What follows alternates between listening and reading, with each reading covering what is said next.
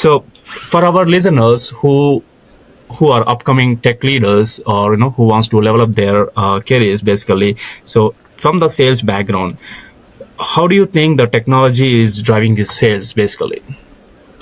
So technology, of course, has driven sales in the sense that obviously we want to provide the latest and greatest and most innovative products. I think there's also a sales drives technology, because there's things that, as a software engineer, there are going to be gaps in what you would naturally know that a provider is looking for when they're working with a patient, particularly an elderly patient. So let me just make this sort of more tangible.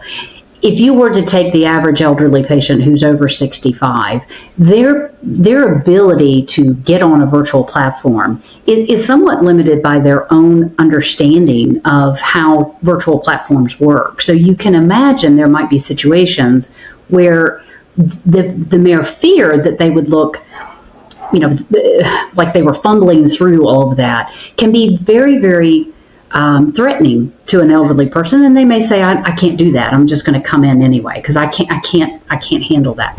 So the platforms that the software engineers need to develop have to have very, very simple steps for a new user, one who's not in the corporate world, one who isn't using Cisco today or Zoom tomorrow and is used to interchanging between platforms. How do I fix my speakers? They need very, very simple steps.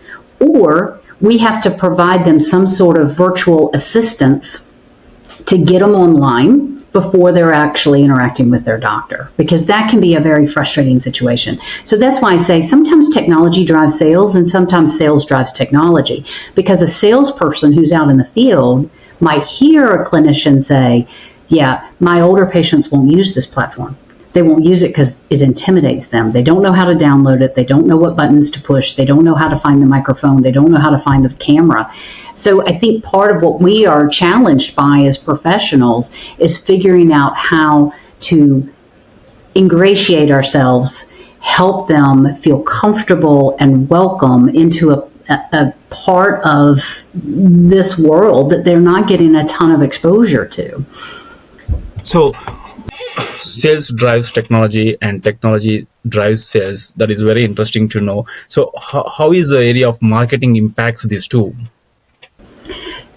So again, we have to think through, we have essentially, with healthcare technology, you have two users. You have both the clinician as a user, and then you have the end, like the patient as a user. And it wouldn't matter if it's remote patient monitoring or if it's something that the clinician is using, like an EMR or something like that. We have essentially two buyers.